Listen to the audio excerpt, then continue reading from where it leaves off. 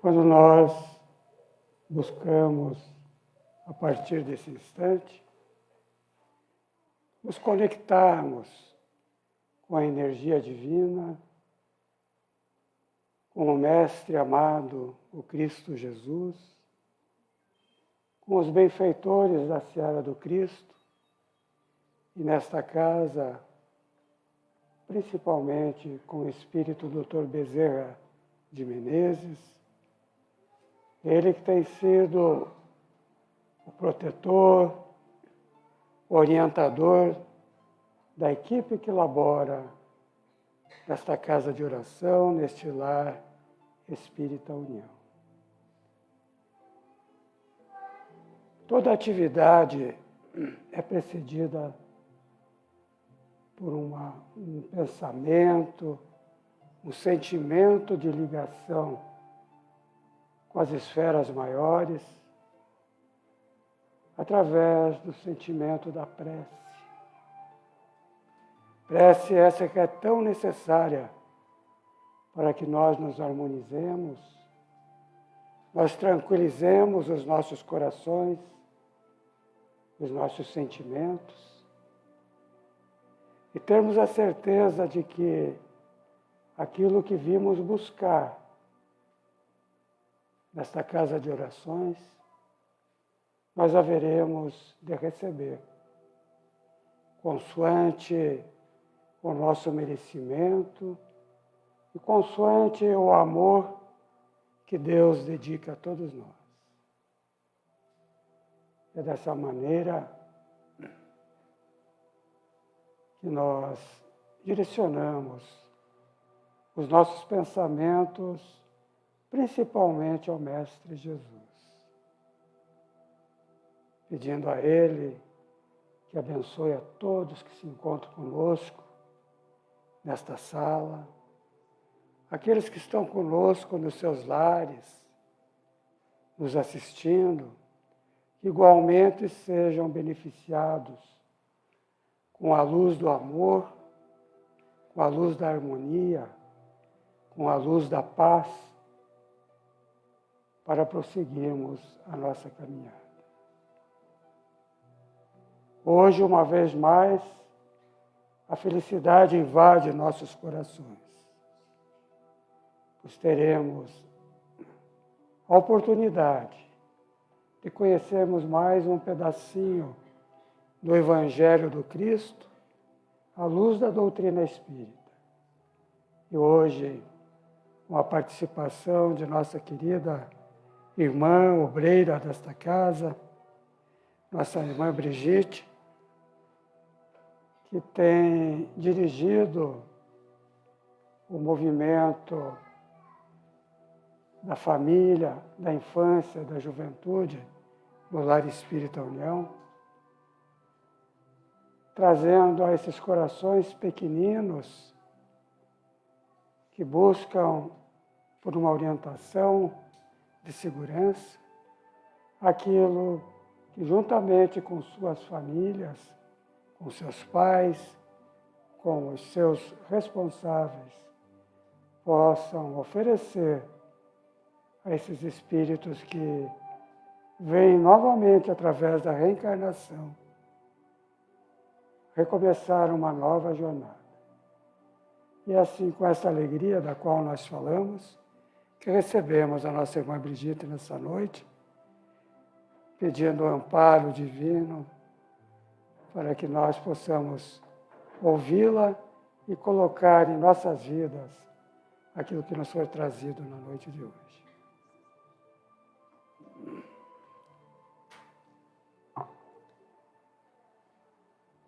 Boa noite a todos. É com muita alegria que estamos aqui nessa noite, né?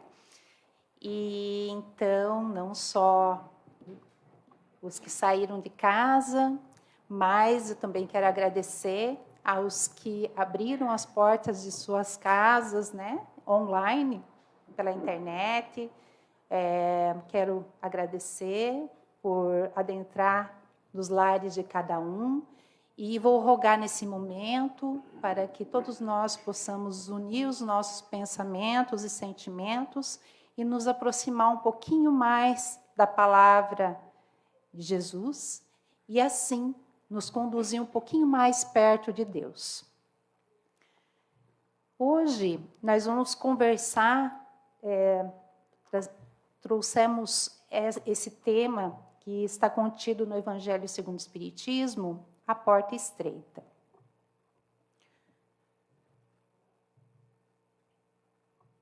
Esse tema, ele está no Evangelho segundo o Espiritismo, capítulo 18, muitos os chamados e poucos os escolhidos. Jesus,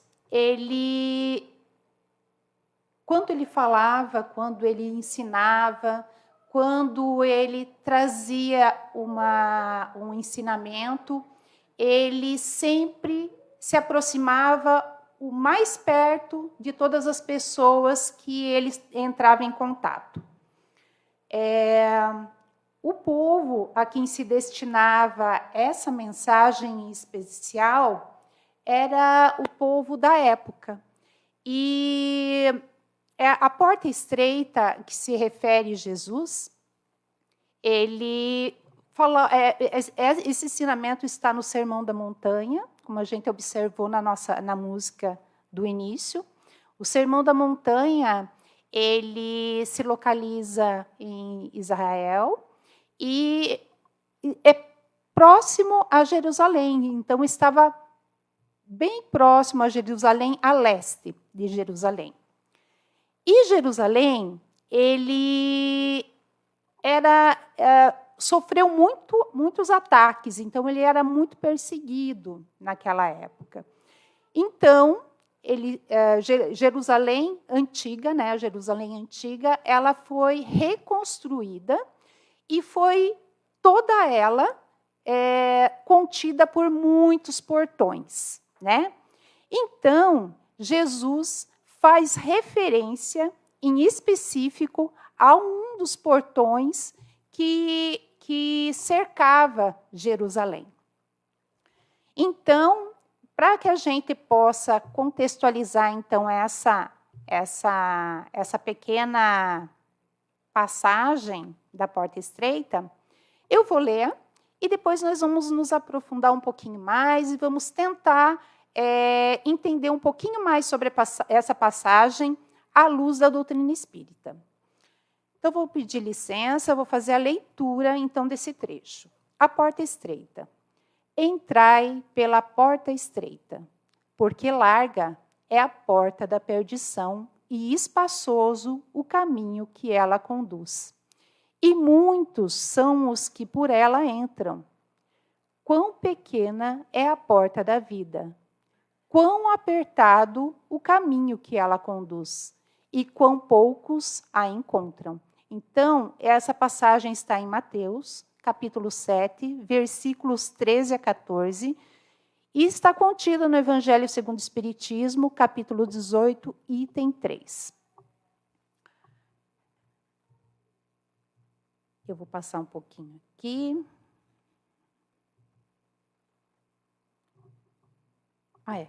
Tem aquele... Acho que não.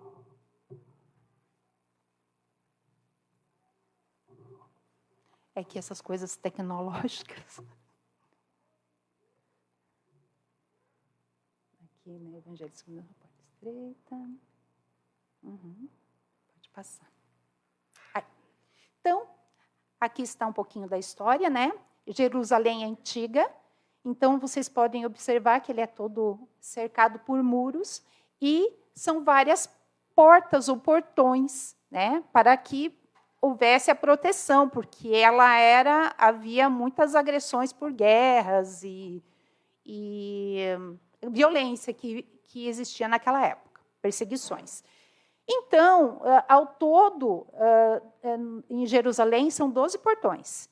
E os judeus usavam os portões para tirar o lixo, para o templo de orações era um portão, o portão dos peixes, porque tinham muitos pescadores, era outro portão. Então, Jesus, nessa passagem aonde ele faz referência ao portão, ou a porta estreita, vamos ver se eu consigo aqui, né?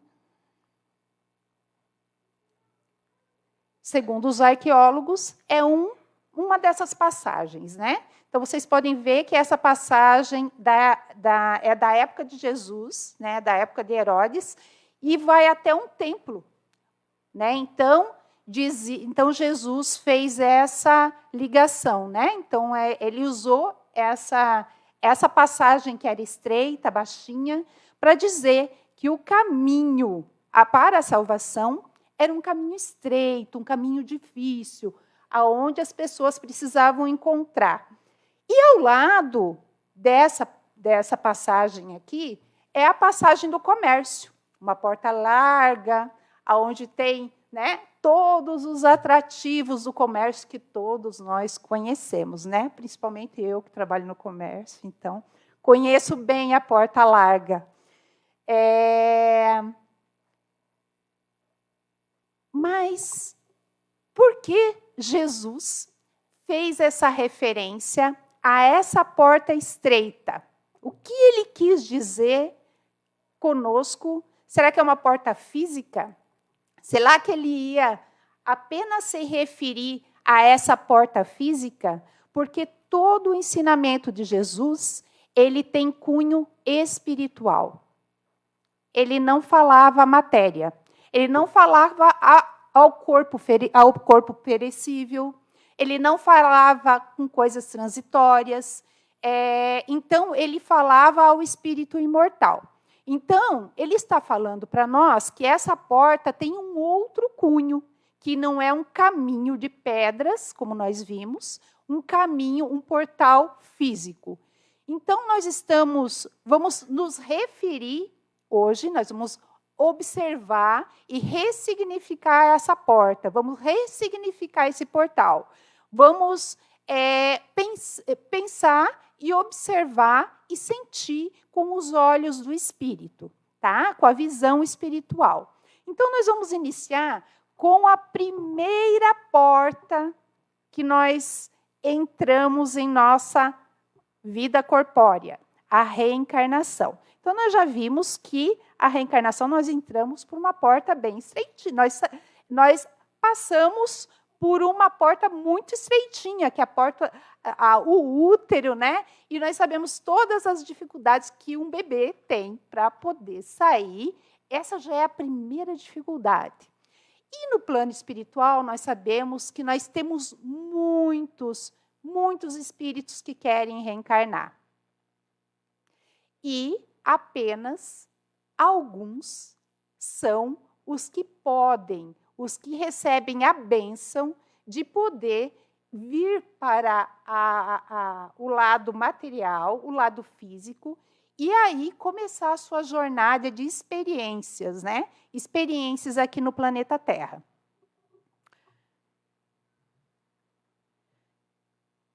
Muito bem, Jesus, no Sermão da Montanha, então, ele nos mostra que o caminho da felicidade, né? Então, ele fala lá das bem-aventuranças, que nós somos bem-aventurados, né?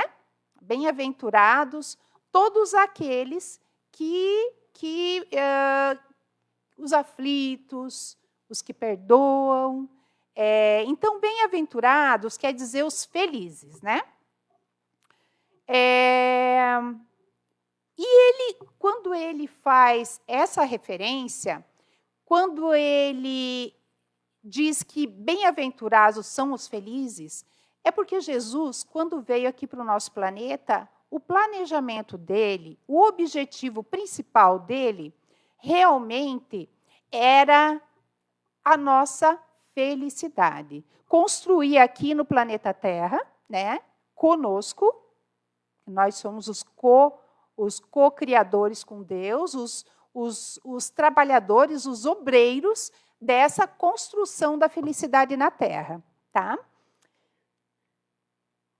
Mas para que a gente possa realmente seguir esse planejamento que Jesus tem para nós, na questão 167 do Livro dos Espíritos, Kardec faz a pergunta: qual o fim objetivado pela reencarnação?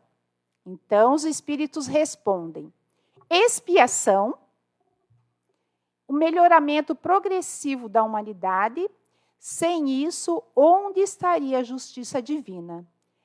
Então, expiação significa purificar as faltas cometidas.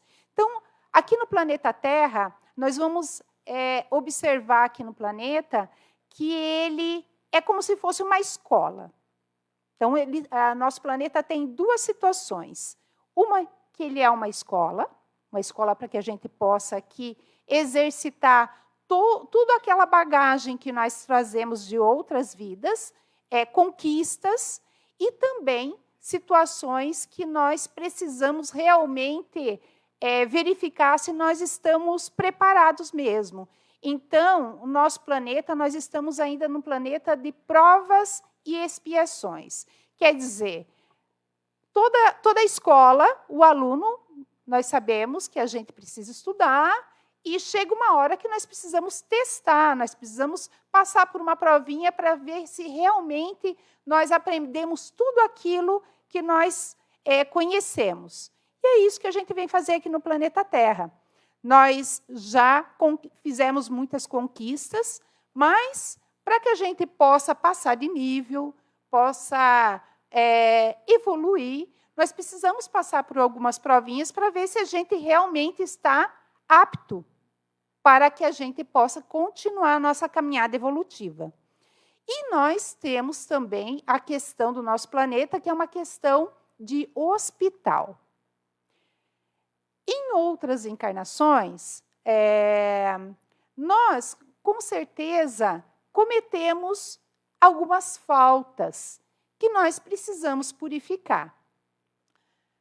Nós sabemos que quando qualquer hospital, o que o hospital necessita? Ele vai lá, quando nós estamos com uma saúde física, nós vamos lá para nos purificar, quer dizer, tratar aquela enfermidade.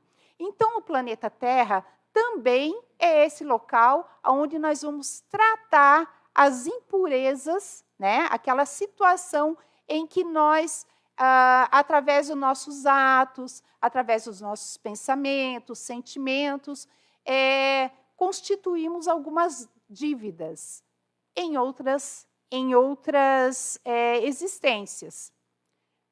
Por equívocos, por ignorância de nossa parte, mas a gente adquiriu algumas dívidas e que, nessa reencarnação e em outras, nós precisamos nos purificar. Quer dizer, nós precisamos melhorar, sanar essas situações que nós deixamos para trás, para a gente poder continuar a nossa caminhada evolutiva. As nossas escolhas, né? Toda vez em que acordamos de manhã, nós fazemos escolhas. E essas escolhas vão perdurando durante todo o dia, né? Então, nós precisamos escolher a roupa que vamos usar, nós precisamos escolher o caminho que vamos passar para o trabalho, o alimento que nós vamos comer.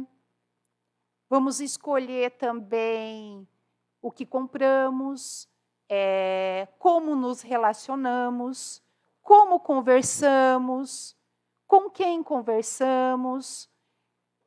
Tudo é uma questão de escolha, né? E essas escolhas, elas são...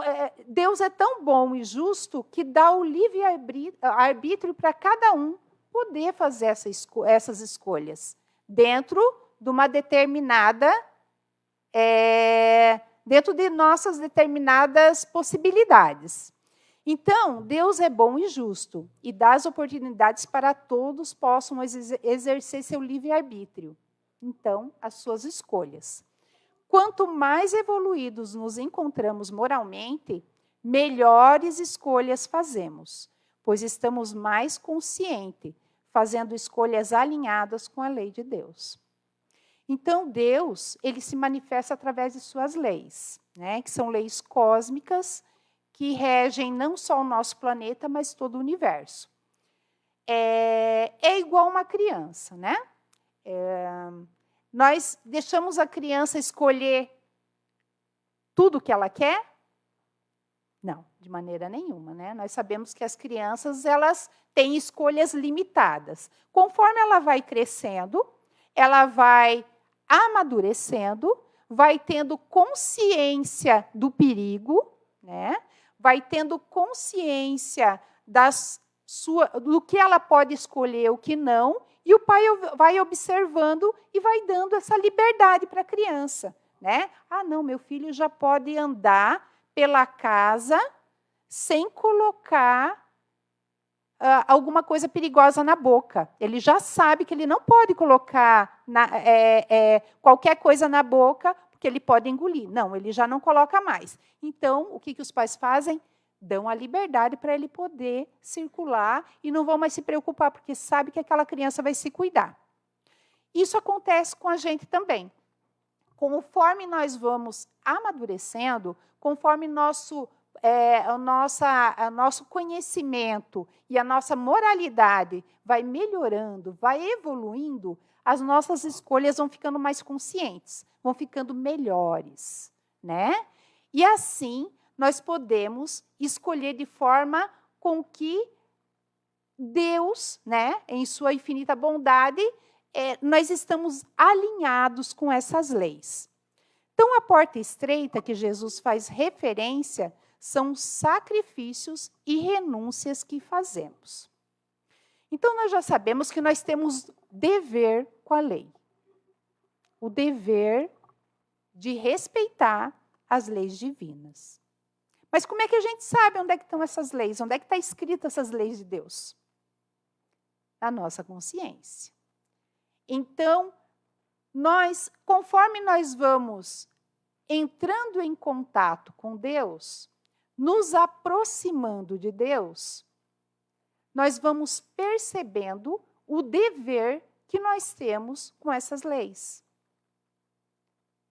Nós, intuitivamente, já vamos percebendo que aquela situação não é uma situação apropriada, que vai causar um efeito contrário, que vai causar danos não só a mim, mas a todos que estão ao meu redor. Esse é o dever que nós temos com Deus. Mas nós temos a porta larga, que é a porta do prazer. A porta do prazer, ela está em nós desde sempre, porque nós fomos criados simples e ignorantes por Deus.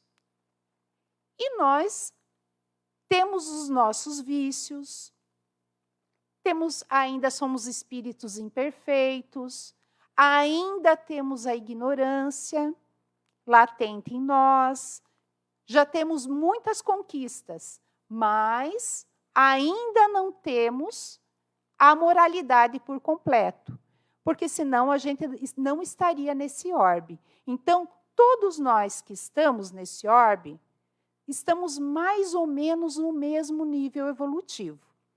Então, nós ainda temos uma parte primitiva ainda em nós, que são o orgulho e o egoísmo.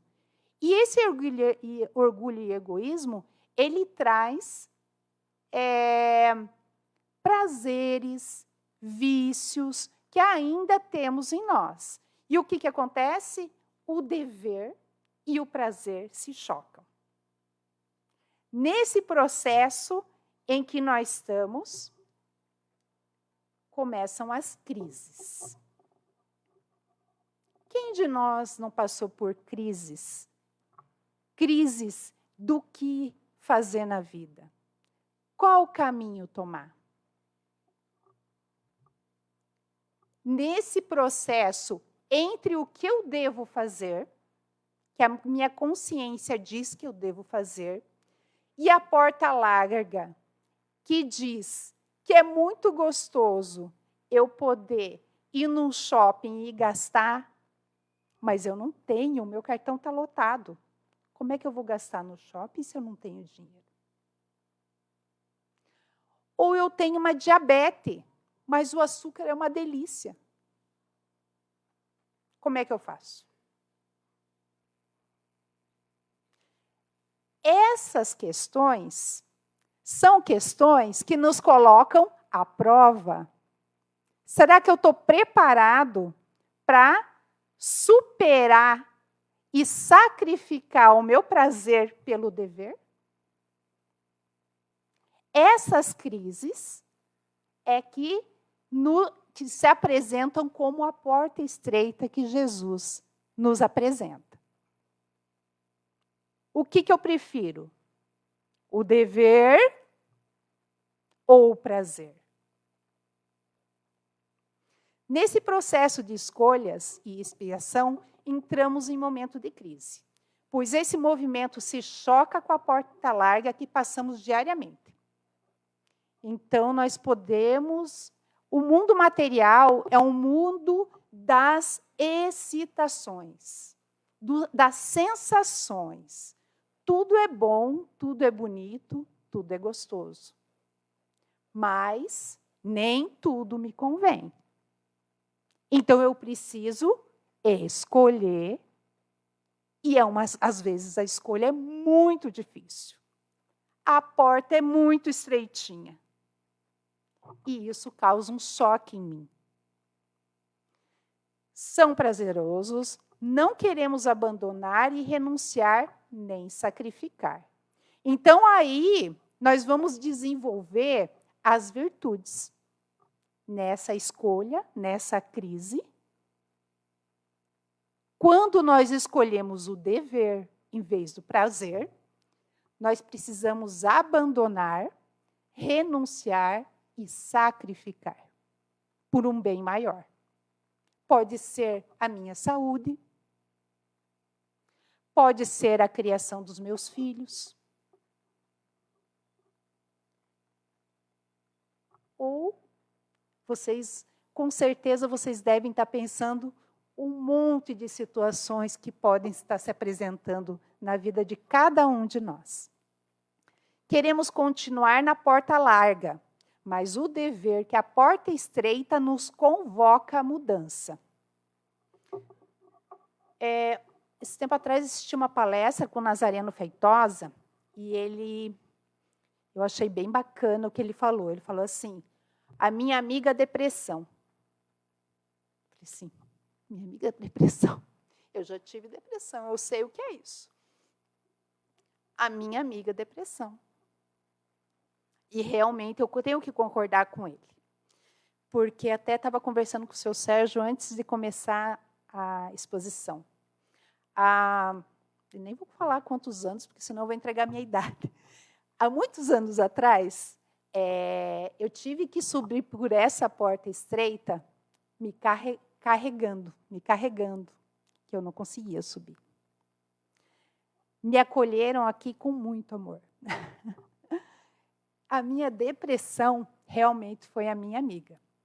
Porque se não fosse ela, eu acho que eu teria escolhido a porta mais larga que existia. E realmente eu acho que teria comprometido a minha reencarnação. Mas graças à porta estreita, a do lar, porque é bem estreitinha, né, Sérgio? Tem que passar individual ali, não pode passar com muita gente grudada.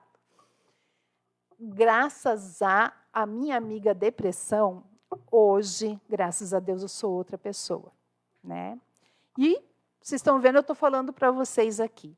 Né? Então, eu tive que escolher a mudança, porque a vida que eu levava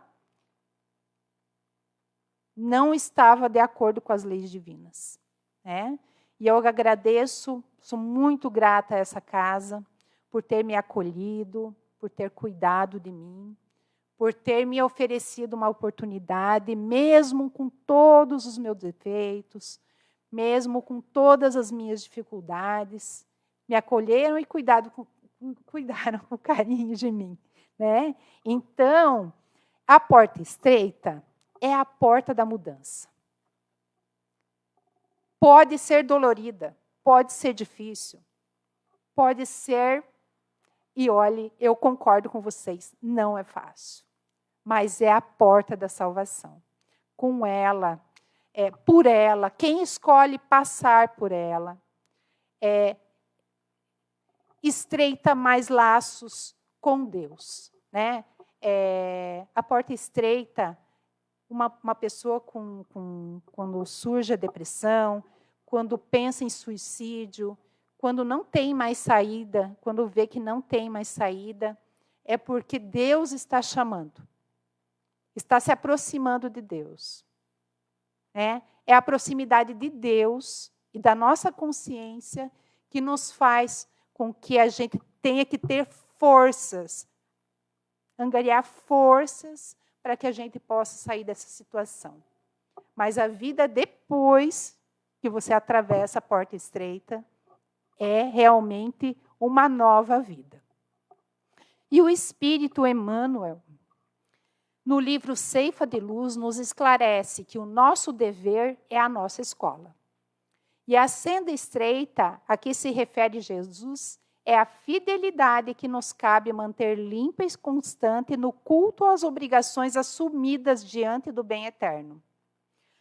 Ainda afirma que sustentá-la é imprescindível sacrificar no santuário do coração tudo aquilo que constitui a bagagem de sombra no campo de nossas aspirações e desejos. Então, a estreiteza da porta é a crise no processo evolutivo no qual o ser é convidado a transcender ao abandono de hábitos e sentimentos próprios das fases mais primitivas que está apegado. E, através desse movimento, nessa travessia, desenvolvemos as virtudes. Na natureza, nós podemos ver bem isso. Nós podemos ver a lagarta apertadinha ali, e ela tem que sair por uma portinha. Né? Mas todo aquele movimento que ela faz, todo aquele esforço, né, faz com que ela se transforme numa ave que voa, num inseto lindo, né? E que é um sinônimo de modificação, né? Um símbolo de modificação. E ela constitui duas asas, né? É as asas que nós precisamos para que a gente possa evoluir. A asa do conhecimento e a asa do processo moral.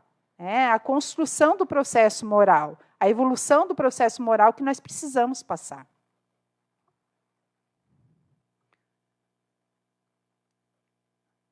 O silêncio.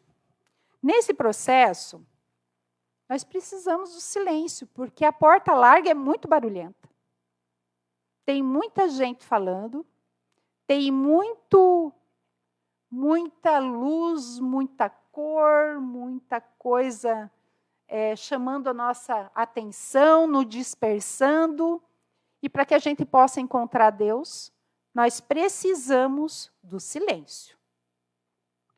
De que forma podemos fazer a passagem por essa porta, então, com mais equilíbrio? Na questão 919 do Livro dos Espíritos, Kardec pergunta: qual o meio mais prático e eficaz que tem um homem de se melhorar nessa vida e de resistir à atração do mal? E os Espíritos respondem: o autoconhecimento. Nós precisamos nos conhecer. Nós precisamos saber o que nós temos de conquista e do que a gente ainda precisa melhorar. Qual que é o meu ponto fraco? É o ciúme? É a inveja? É o mau humor? É a intemperança? Nós precisamos nos conhecer para que a gente possa saber o que é que precisamos mudar. O que nós já conquistamos? Eu já sei perdoar? Eu sou caridoso? eu me coloco no lugar do outro. Então, são conquistas, né? Nós somos imperfeitos? Somos, mas nós já temos muitas conquistas, né? E sobre o silêncio, eu tenho até um caso, esse livro aqui, Casos do Chico. São 170 casos. E o Chico era muito bem-humorado. E tinha umas passagens muito engraçadas. E numa delas aqui, eu achei bem interessante, que ele fala aqui da água da paz. Que é um exemplo para nós de intemperança, né? Quando a gente é muito afoito e quer responder na lata. Então, aqui no caso, o Chico, ele estava ali no trabalho mediúnico dele, e tinha muita reclamação, né? Isso não acontece, né, em lugar nenhum, quase, só com o Chico. Muita reclamação, todo mundo reclamava, todo mundo falava demais. E a mãe dele, desencarnada, apareceu para ele e falou assim, ele reclamando, falou assim, eu não aguento, estava desanimado com o trabalho. E a mãe dele falou assim, o remédio para isso é a água da paz. E daí o Chico começou a perguntar, falei assim, como assim água da paz? Eu falei assim, não, vou procurar essa água da paz, né? Saiu procurando a água da paz na cidade toda e não encontrou nada. Voltando conversou com a mãe dele e falou assim, mas eu procurei por todo lugar essa água da paz, aonde que eu encontro? Eu falei assim, não, aqui você pode tomar em qualquer pote mesmo. Eu falei assim, mas como assim?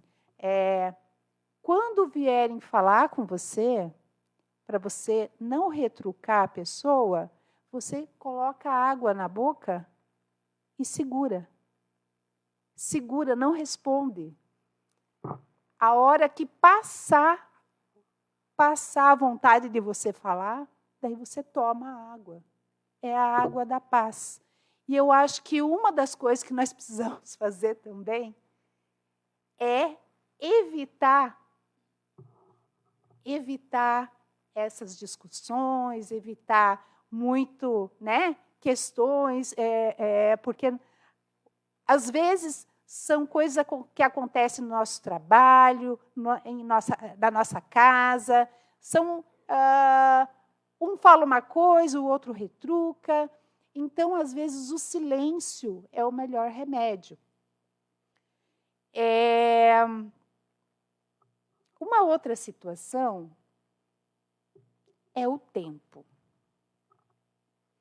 Jesus fala nessa passagem, quão pequena é a porta da vida, como apertada o caminho que ela conduz, e quão poucos a encontram. Será que nós temos o tempo para procurar essa porta? O que nós reservamos do nosso dia para fazer uma leitura, uma pequena leitura, começar, às vezes, um dia com uma mensagem, para que as nossas escolhas sejam escolhas mais que tenha mais discernimento, mais serenidade, para que a gente possa fazer as escolhas que nós vamos fazer no nosso dia a dia.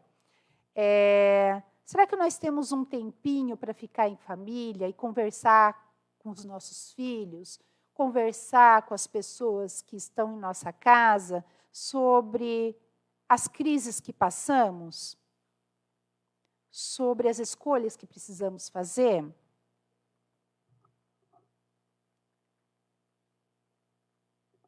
O Evangelho no Lar é um momento para que a gente possa fazer essa parada durante a nossa semana, né? Durante a semana, a gente dá uma paradinha com a nossa família, faz uma leitura edificante, nos reunimos com os que estão próximos de nós, conversamos sobre as nossas dificuldades, conversamos sobre alegrias que passamos durante a semana.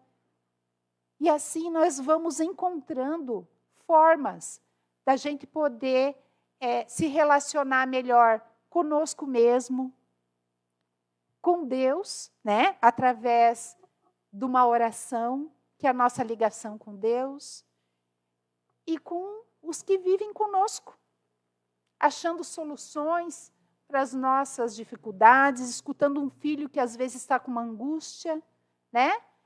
As crianças têm angústias também, né? Na evangelização nós sabemos, as crianças nos contam das suas angústias, né? Então, é bom a gente abrir um espaço no nosso lar para que todo mundo possa abrir o seu coração e assim tratar nossa alma em conjunto, um respeitando o outro, um conhecendo um pouquinho melhor do outro. Jesus nos disse: eu sou a porta, quem entra por mim será salvo. Está em João, capítulo 10, versículo 9.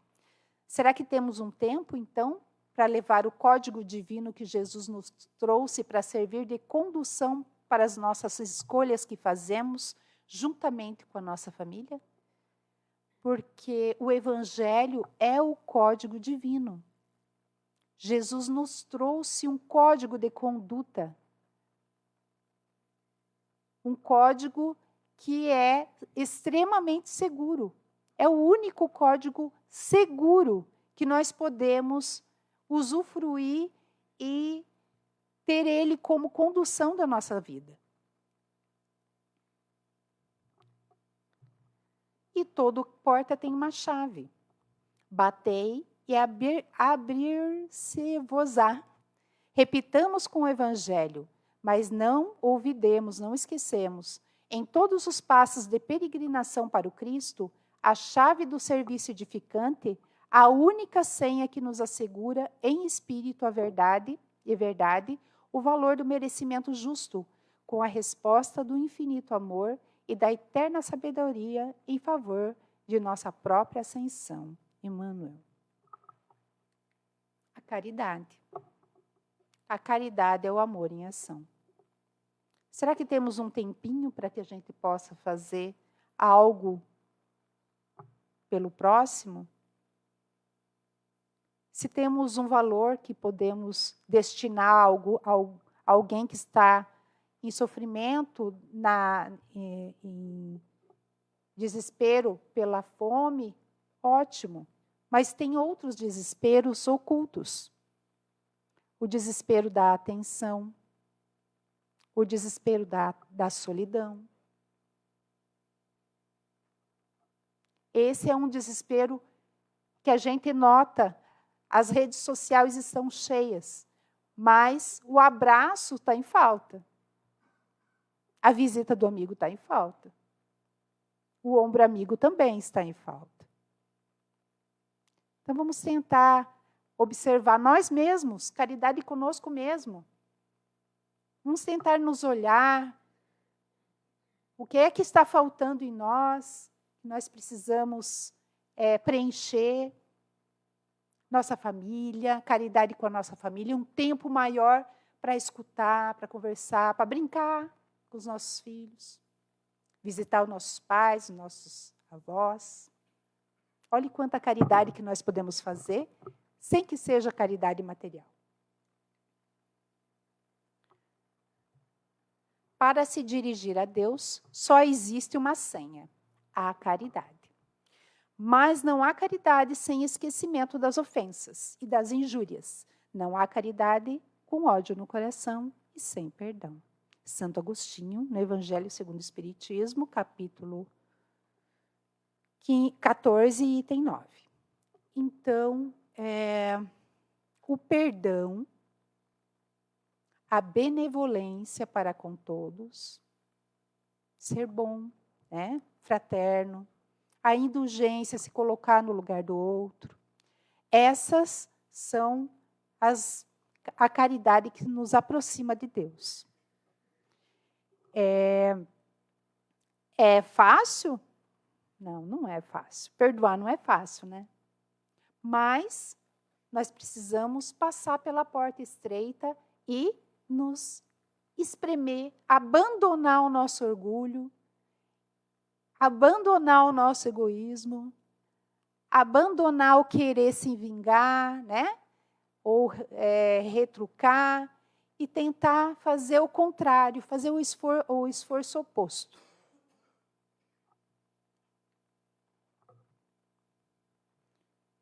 Muito bem. E para a gente poder encerrar, eu trouxe esse livro aqui, é muito bom para a gente poder fazer o Evangelho no Lar, né? Jesus no Lar, psicografado por Francisco Cândido Xavier, pelo Espírito Néio Lúcio.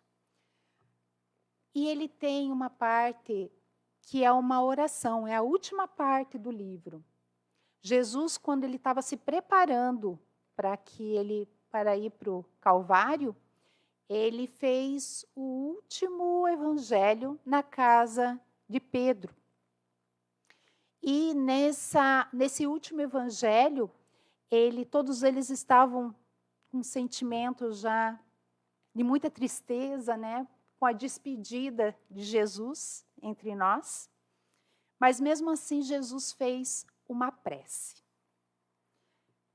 O mestre, por si, absteve-se de qualquer comentário, mas ao término da reunião, levantou os olhos lúcidos para o céu e suplicou fervorosamente: Pai, acende a tua divina luz em torno de todos aqueles que ouvidam a bênção nas sombras da caminhada terrestre. Ampara os que se esqueceram de repartir o pão que lhes sobra na mesa farta. Ajuda os que não se envergonham de ostentar felicidade ao lado da miséria e do infortúnio. Socorre os que se não lembram de agradecer os benfeitores. Compadece-te daqueles que dormiram nos pesadelos do